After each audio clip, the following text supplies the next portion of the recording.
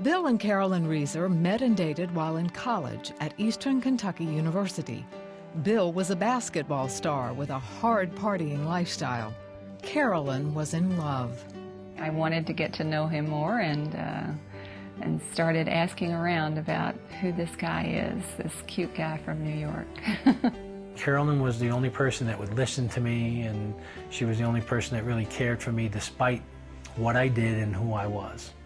After college, they moved to New York, married, and had a daughter. We would argue because I would feel like he wasn't spending enough time with our daughter. I was basically doing everything to raise her. The fact of the matter was, my wife and my daughter just wasn't a priority in my life. I didn't know what love was. When we got married, I just thought I'd give it a good shot. His best shot wasn't very good. Carolyn realized something was not right in her life and in their marriage. She had grown up as a Christian, but had put her faith aside since she met Bill.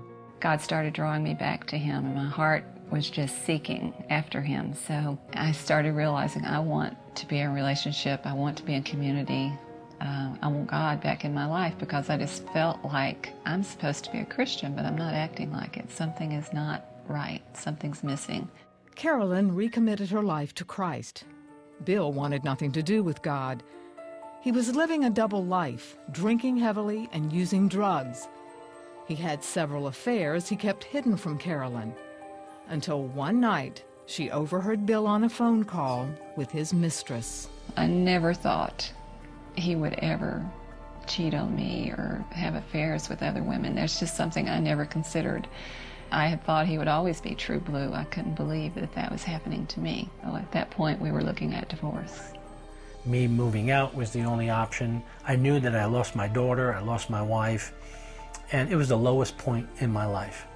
Bill and I had talked about having a meeting to discuss a divorce and how we were going to split up everything, and I knew that I had to go for counsel and prayer before that meeting. So I went, and the pastor prayed a prayer over me and prayed for peace that passeth understanding. And I had heard that phrase all my life, never really thought about what it meant, never really experienced it. The peace that God gave me when I prayed for him to help me forgive Bill, it's just like he said yes, and it was like a weight being lifted off of me, and it was like the car was just being filled with his love. It was amazing. Bill was prepared to talk about their divorce. But when Carolyn entered the house, he could tell something had changed. She's never stood before me with a confidence like that. And when she started to speak, I knew that it was God speaking to me. She said, God can forgive you for anything that you've ever done, and so can I. I don't know if I could ever forget the things that you've done, but I'm willing to give it a try if you're willing to give your life to Jesus Christ.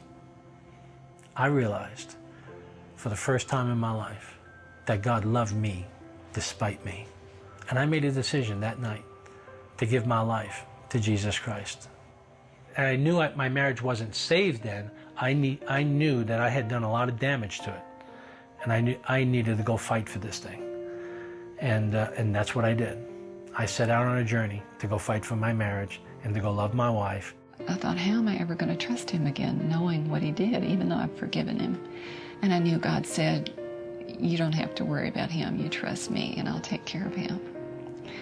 And then I saw Bill chasing after God, so I've never looked back. I know that it's truly impossible to love someone else the way God intended us to love that person unless we've received the love that God has for us that can only come through a relationship with his son, Jesus Christ. Our marriage today is so strong. We love each other more than we ever have. We just celebrated our 25th wedding anniversary. With God in the middle, there's no situation that we can't conquer because God is our victor. And I really wish people could surrender themselves and their marriages over to him, because if he can change ours and restore it and redeem it, I know he's willing to do that for any and all marriages that are willing to do the same.